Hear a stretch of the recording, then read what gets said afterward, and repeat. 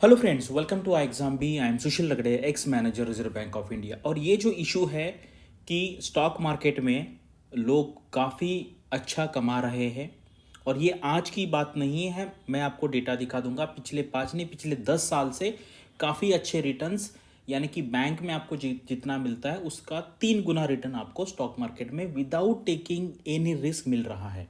Correct. लेकिन अभी क्या हुआ, अभी वो जिसका इंटेंसिटी वो बहुत बढ़ गया है। और जो आपने हम कॉमेडी कॉमेडी में कहते थे कि भाई 25 दिन में पैसा डबल, और वैसा भी होने लगा है। जिन्होंने बजाज हाउसिंग फाइनेंस के आईपीओ को अप्लाई किया था, भाई उनका पैसा तो डबल हो चुका है। ठीक है, आपको पता है लिस्टिंग उसका 100% से ज़्यादा प्राइस पे हुआ है। लोगों ने बेच भी दिया है, और जिन्होंने इमीडिएटली उस दिन खरीदा है उन्होंने भी 30-40% का यहाँ पे रिटर्न कमा लिया। तो और इसका जो कंसर्न है, अगर आप देखेंगे सेबी कंटिन्यूसली, देखो क्या है ना, आपको ये अभी क्या है, अभी ये फ्री मार्केट का ज़माना है। तो यहाँ पे आपको कोई कह नहीं सकता कि भाई आप स्टॉक मार्केट में डायरेक्ट इन्वेस्ट मत करो, बैंक में इन्वेस्ट करो, ऐसा कोई नहीं कह सकता। ये इनडायरेक्टली बताया जाता है। अगर आपने देखा होगा पिछले 2-3 महीने में सेबी की तरफ से बहुत सारे रिपोर्ट्स आ रहे, गाइडलाइंस आ रहे कि भाई स्टॉक मार्केट में मत आओ, ट्रेडिंग मत करो, ऐसा मत करो, ये रिस्की है, वो रिस्की है। देखो वो ट्रेडिंग है, वहाँ पे तो रिस्क है, पैसे जाने का रिस्क है। लेकिन अगर आप इन्वेस्टमेंट करेंगे मीडियम टर्म लॉन्ग टर्म के लिए, डायरेक्ट भी शेयर्स नहीं खरीदेंगे, आप आईपीओ में अप्लाई करेंगे या फिर म्यूचुअल फंड में खरीदेंगे, तो आपको अच्छा रिटर्न मिलेगा। लेकिन अभी गवर्नमेंट क्या है, सेबी के साइड से बहुत लोगों को डीमोटिवेट करा जा रहा है कि आप यहाँ से दूर रहिए। ठीक है, कुछ लोग यहाँ पे ये जो आपका ट्रेडिंग होता है या फ्यूचर्स ऑप्शंस है, उसमें रिस्की है। कुछ लोग पैसे कमा रहे हैं, 10% पैसे लोग पैसा कमा रहे हैं, बाकी 90% नहीं कमा रहे। लेकिन जिसको पता है वो डिसेंट अमाउंट वहाँ से कमा रहा है। उसके बाद आरबीआई के गवर्नर ने भी काफ़ी ये कंसर्न जताया है कि यार यहाँ पे क्या होगा, ये होगा। फाइनेंस मिनिस्ट्री के साइड से, गवर्नमेंट के साइड से भी टैक्सेशन में चेंजेस किए। मुझे बताओ, अभी लोग स्टॉक मार्केट में पैसा कमा रहे हैं, आपको पता है long term capital gain tax 10% होता है, उसको बढ़ाया जाएगा। उसके बाद डायरेक्ट टैक्स कोड की बात करें, डायरेक्ट टैक्स कोड का मतलब क्या है, आप कहीं से भी पैसे कमाओ, आपको सेम टैक्स लगेगा। मान लीजिए 30% टैक्स, 20% टैक्स, 10% टैक्स। फिर स्टॉक मार्केट से कमाओ, एक्स से कमाओ, वाई से कमाओ, सैलरी से कमाओ। तो सब लोगों का अभी गवर्नमेंट के साइड से ये एडवाइस है या ये एक्शन है कि आप स्टॉक मार्केट की तरफ ना जाएं, आप रियल एस्टेट की तरफ ना जाएं, आप बैंकों में जाएं। क्योंकि अगर बैंक्स में ही बैंक की प्रॉब्लम में आ जाएगा तो बहुत मुश्किल होगा। और अभी रिसेंटली अरुंधति भट्टाचार्य मैम, आपको पता है एसबीआई की फॉर्मर चेयरपर्सन रह चुकी है मैडम, फर्स्ट चेयरपर्सन थी एसबीआई की।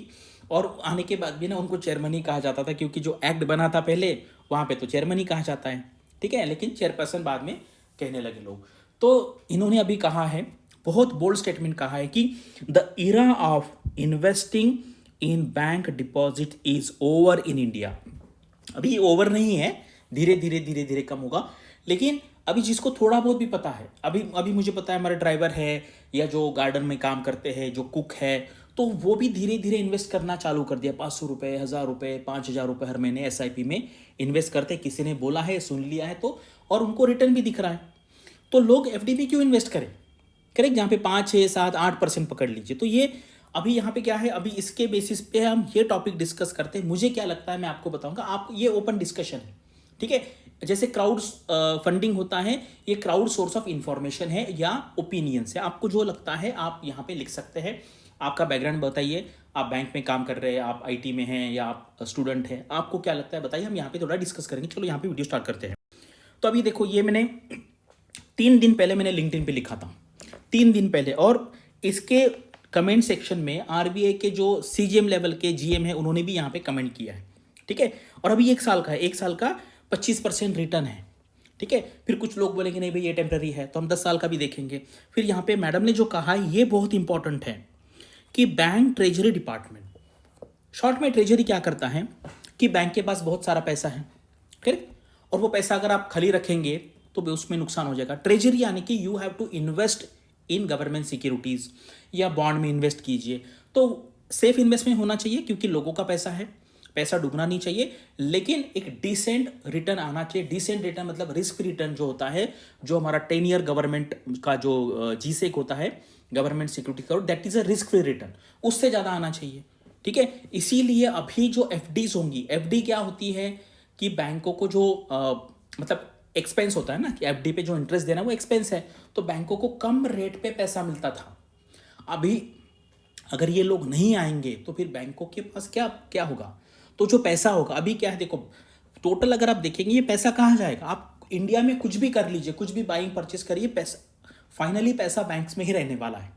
ठीक है, आप शेयर्स किसी से खरीदते हैं, आप म्यूचुअल फंड में खरीदते, तो अल्टीमेटली पैसा कहाँ जाता है? पैसा within the banking system ही रहता है। लेकिन पहले जो एफडी में रहता था, अभी वो करंट अकाउंट में रहेगा या सेविंग अकाउंट में रहेगा टेम्पररी पर्पस के लिए। तो जो एसेट लाइबिलिटी मैनेजमेंट जिसको एएलएम कहते हैं, वो तो मिसमैच हो गया, क्योंकि ये जो पैसा है करंट अकाउंट वाला वो कभी भी जा सकता है। एफडी के टाइम पे लोगों को पता है, बैंक को पता है कि ये पैसा 5 साल रहने वाला है, 8 साल रहने वाला है, 3 साल रहने वाला, तो उससे प्लानिंग होगी। अभी बैंकों को बहुत ज़्यादा दिक्कत आएगी और फिनटेक कंपनीज भी आ गई, करेक्ट। तो आगे जाके मैम ने जो कहा है कि ट्रेजरी डिपार्टमेंट जो है, आपको पता है एसबीआई का ट्रेजरी बहुत पावरफुल है, करेक्ट। मैं काफ़ी सारे स्टूडेंट एसबीआई ट्रेजरी में काम कर रहे हैं, हांगकांग में पोस्टिंग होता है, फिर यहाँ पे लंदन में होता है, यूएस में होता है, ऐसे बाहर कंट्री में भी पोस्टिंग होता है। ट्रेजरी डिपार्टमेंट में लोग काम करते हैं, यानी कि फॉरेन एक्सचेंज में बाइंग सेलिंग करेंगे, डॉलर का बाइंग सेलिंग करेंगे, उससे फिर जो पैसा है एक्स्ट्रा उससे पैसा कमाना है। तो ये अभी बहुत रिस्की हो गया है कि लोग अभी बैंक में पैसा नहीं रखेंगे भी, 4 और 5% रख के वो तो नुकसान है, क्योंकि इन्फ्लेशन ही उससे ज़्यादा है। तो ये बहुत बड़ा कंसर्न है। गवर्नर ने जताया था, सेबी के चेयरपर्सन ने है, फाइनेंस मिनिस्टर है, उसके बाद अभी डायरेक्ट टैक्स कोड की बात हो रही। तो आगे जाके अभी मैं आपको एक स्टैटिस्टिक बताता हूँ। पहले 20, 25, 30 साल पहले आरबीआई में एक कॉइन एंड नोट्स एग्जामिनर हुआ करता था और उनका काम था सिर्फ काउंटिंग करना। हजारों पोस्ट हुआ करती थी आरबीआई में। लेकिन अभी क्या है, जैसे टेक्नोलॉजी आ गई वो चेंज हो गया। पहले बैंक में जो क्लर्क हुआ करते थे, काउंटिंग हुआ करता था, लेकिन अभी क्या है, एटीएम मशीन आ गई जिससे आप पैसा निकाल सकते हैं, पैसे डाल भी सकते हैं। तो धीरे धीरे क्या होगा, ये नेचर जो है वो चेंज होगा और नंबर डेफिनेटली कम होगा। क्योंकि अगर आप ये फिनटेक कंपनीज देखेंगे तो अभी वर्चुअल बैंक्स भी आने लगे हैं। अभी बैंक में जाने की ज़रूरत नहीं है भाई, पासबुक प्रिंट करने की ज़रूरत नहीं है।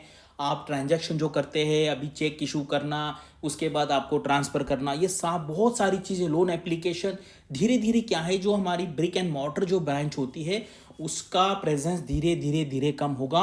और बैंकिंग में भी ये जो नए नए फंक्शंस है कि जैसे अभी फॉरेन एक्सचेंज में इन्वेस्ट करना है, उसके बाद अलग अलग गवर्नमेंट सिक्योरिटीज में इन्वेस्ट करना है, करेक्ट, ट्रांजैक्शन करना है, उसको हम ट्रेजरी फंक्शन कहते हैं। तो यहाँ पे डिफरेंट डिफरेंट जो पोर्टफोलियोज है या प्रोफाइल्स है वो क्रिएट होंगे। ठीक है, तो इसलिए इतना भी डरने की ज़रूरत नहीं है। बहुत लोग ऐसा भी कह सकते कि भी बैंक जाएंगे, बैंक्स नहीं जाएंगे, बैंक्स वैसे ही रहेंगे। लेकिन नंबर डेफिनेटली मुझे लगता है आज का जो नंबर है 50% हो सकता है आने वाले 10-15 साल में, क्योंकि इतने लोगों की अभी ज़रूरत नहीं पड़ेगी और जो फंक्शन है वो अलग अलग फंक्शन हो सकते हैं। आप मुझे बताइए, अगर आप बैंक में काम कर रहे हैं, जितने लोग क्लर्क में या ऑफिसर कैडर में हैं, आप मुझे बताइए ऐसे कौन से काम हैं जो एआई के वजह से या बाकी मशीन लर्निंग है या कोई रोबोटिक्स है उसके वजह से वो जॉब्स आने वाले टाइम में जा सकते हैं। करेक्ट, आप बैंक में काम कर रहे हैं तो आपको पता है किस टाइप का काम है, जो रूटीन काम है वो आगे जाके वैनिश होके नए टाइप के फंक्शंस आ सकते हैं। ठीक है, ये कौन से होंगे आपको यहाँ पे कमेंट सेक्शन में लिखना है। अभी देखो, ये जो है म्यूचुअल फंड्स का 10 साल का रिटर्न देखिए, ये एनुअलाइज रिटर्न है, हर साल का रिटर्न है ये, यानी कि 10 साल में एवरी ईयर CAGR 23% मिला है, 21% है, 20% है, 19 देखो ये 19%, 18.5 के आगे में यहाँ पे अच्छा कहूँगा। ठीक है, और 5 साल का देखेंगे तो पिछले 5 साल में तो अच्छा मिला है, 37, 33 देखो ये अगर आप सारे देखेंगे तो 25% से ज़्यादा जो है उसको हम यहाँ पे अच्छा कह सकते हैं। तो ये देखो, इतना अच्छा अगर रिटर्न मिल रहा है तो इसका 1/3 इंटरेस्ट पे बैंक में एफडी करने का कोई मीनिंग नहीं है। अभी लोगों को ये बात समझ में आ गई है और ये जो लोग हैं जो अभी पिछले 10 साल से या 15, 20, 25 साल से जो इन्वेस्ट कर रहे हैं यहाँ पे स्टॉक मार्केट में, उनको पता है कितना रिटर्न मिला है। तो डेफिनेटली बैंक में जो एफडी का जो पैसा है उसका फ्लो डेफिनेटली कम होगा। करेक्ट, लोन का फ्लो तो बढ़ेगा, जैसे इकोनॉमी बढ़ती है वैसे लोन का जो प्रपोर्शन है, लोन का एब्सोल्यूट वैल्यू है as a percentage of GDP है, वो भी डेफिनेटली बढ़ेगा। लेकिन बैंक के पास जो पैसा आएगा, देखो जो करेंसी जो मार्केट में है वो बैंकिंग सिस्टम में ही रहेगा। आप कुछ भी करो, आप परचेस करेंगे, सेल करेंगे तो पैसा अल्टीमेटली बैंक में जाएगा, लेकिन वो एफडी में जा रहा है या करंट अकाउंट में जा रहा है, इससे बहुत फर्क पड़ेगा। बैंकों का जो एसेट लायबिलिटी मैनेजमेंट है और जो ट्रेजरी फंक्शन है उसको बहुत इंप्रूव करने की जरूरत है। तो तो इससे आपको लेसन क्या लेना है, अगर आपको आगे जो बैंक में है या जो बैंक में अभी नहीं है, उनको अगर treasury related, risk management related, am related, ALM यानी कि एसेट लायबिलिटी मैनेजमेंट, इस रिलेटेड अगर आप कुछ कोर्स कर सकते हैं तो डेफिनेटली आपको करना चाहिए, क्योंकि आने वाले फ्यूचर में उस रिलेटेड बहुत सारे जॉब्स क्रिएट होने वाले हैं।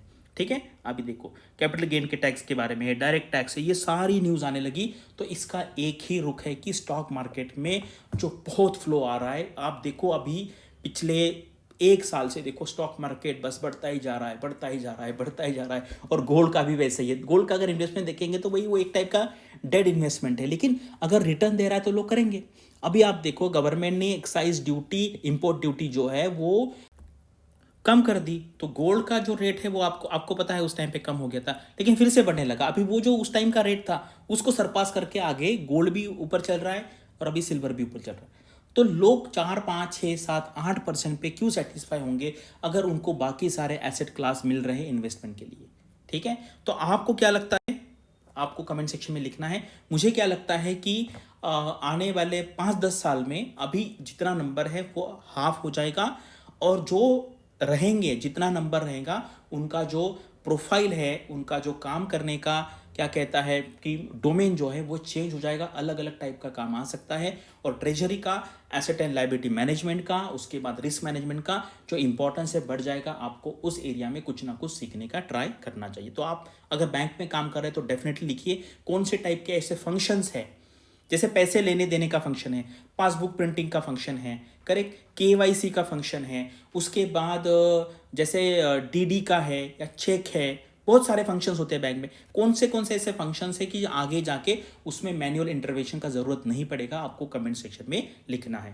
Thanks for watching this video and all the best for your studies and upcoming examinations.